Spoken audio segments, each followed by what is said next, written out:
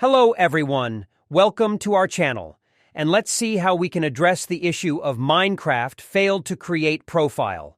Begin by logging out of the launcher. Once logged out, close the launcher and access the Minecraft website through your web browser. Try creating the account from there. If this doesn't resolve the problem, consider accessing the website on your mobile phone.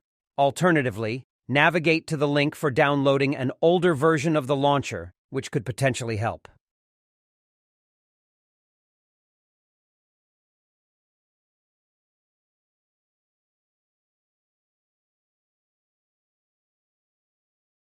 If the issue persists, try using the allow-cores extension on your browser.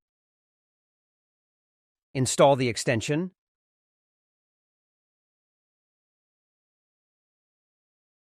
Create the account through the website while the extension is active.